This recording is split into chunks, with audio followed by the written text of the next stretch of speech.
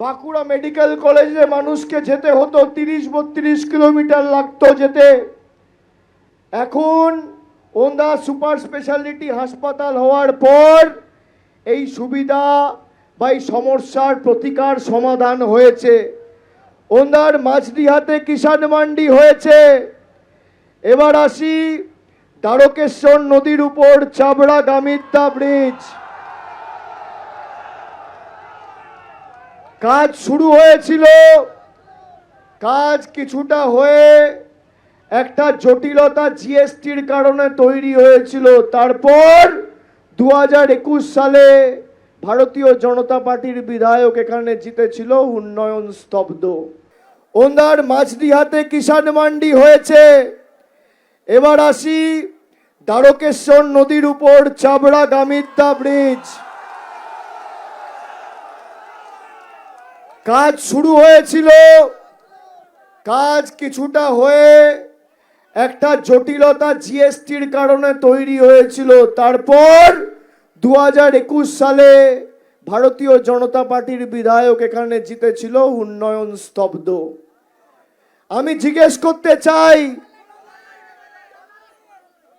ওদা super speciality হাসপাতাল ভাই চাবড়া গামিদ্দা ব্রিজের দ্বারকেশ্বর নদীর উপরেই সেতুর কাজ কবে শুরু হয়েছিল? যবে মমতা বন্দ্যোপাধ্যায়ের প্রতিনিধি জিতেছিল। জিএসটির কারণে একটা অর্থনৈতিক জটিলতা বিজেপির লোকেরা তৈরি করে কাজ বন্ধ করেছে। আমি কথা দিয়ে যাচ্ছি, গোপীকে জেতান, এই দ্বারকেশ্বর নদীর উপর চাবড়া গামিদ্দা ব্রিজ আমরা তৈরি করব।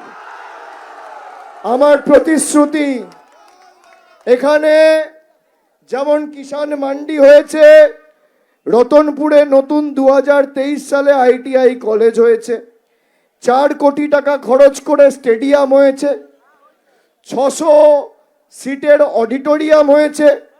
এখানে অনেক কৃষক ভাইয়েরা আছে যারা আলু চাষের সাথে যুক্ত। এখানে একটা কোল্ড স্টোরেজের দাবি রয়েছে, আমি সেই দাবিকেও কথা দিয়ে যাচ্ছি। সুব্রত দত্ত গোপী জিতবে, গোপী যেমন রাজ্য সরকারকে তার দাবি জানাবে, আমি নিশ্চিতভাবে আপনাদের প্রতিশ্রুতি অঙ্গীকার আজকে নিয়ে যাচ্ছি যে কোল্ড স্টোরেজের দাবিও তৃণমূলের সরকার পূর্ণ করবে।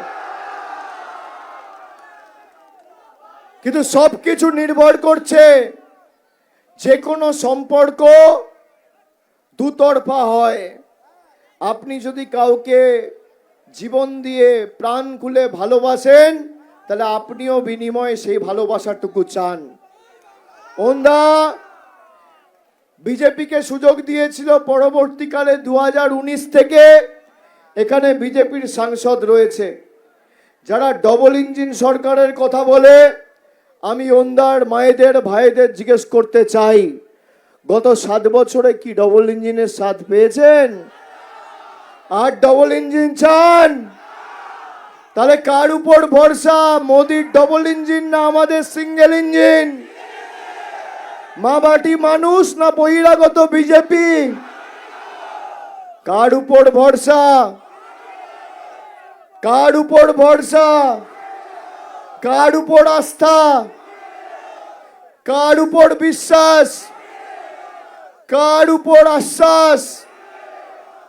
মনে থাকবে, কষ্ট হলেও, গরম বেশি পড়লেও এখানে এমএলএ নাম এনে আমি সবার পরিবেশ আজকে কলুষিত করব না। ও এমনি প্রাক্তন হতে চলেছে, এমনি প্রাক্তন হতে চলেছে। আজকের ছবিগুলো ফেসবুকে যাওয়ার পর আর রাত্রে 7 দিন ঘুম হবে না, রাত্রে 7 দিন ঘুম হবে না। বিজেপি ভাবছে কি, 1-2 পঞ্চায়েত থেকে জোর জবরদস্তি গায়ের জোরে ভোট করে জিতব। এবারে রামসাগরও ভোট দেবে না। যে অযোধ্যায় রাম মন্দির হয়েছে, সেই অযোধ্যা বিজেপিকে বর্জন করেছে, আর রামের নামে ভোট চাওয়া রামসাগরও এবার বর্জন করবে আমার বিশ্বাস। রামসাগরে এবার উন্নয়নের পক্ষে ভোট দেবে। লক্ষ্মীর ভান্ডার, কোল্ড স্টোরেজ, দ্বারকেশ্বর নদীর উপর ব্রিজ। আর ওদিকে ওপারে যে 2-3টে অঞ্চল পড়ছে, ওই 3-4টে অঞ্চল নিয়ে একটা পুলিশ আউটপোস্টের দাবি রয়েছে। আমরা সেই দাবিকেও মান্যতা দিয়ে দেখব, আমি কথা দিয়ে যাচ্ছি। 3টে প্রতিশ্রুতি আমি দিয়ে যাচ্ছি। 1, দ্বারকেশ্বর নদীর উপর চাবড়া গামদিহা ব্রিজ। 2, গামিদ্দা ব্রিজ। 2, আপনাদের এখানে হিমঘরের দাবি কোল্ড স্টোরেজ।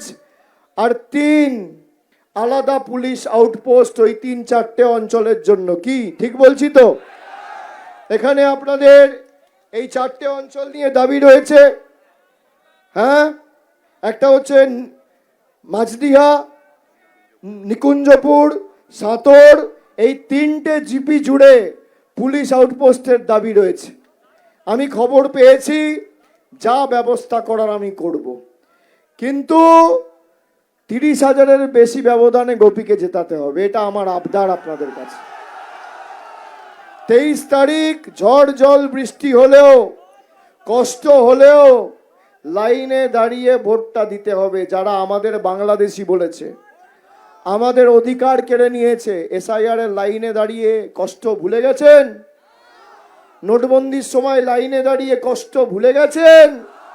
আমাদের মাছ খাওয়া নিয়ে যারা ব্যঙ্গ বিদ্রুপ করেছে, এই অমর শাখা, সৌমিত্র খা কোনোদিন একটা প্রতিবাদ বাঙালির স্বার্থে রাস্তায় নেমে করেনি।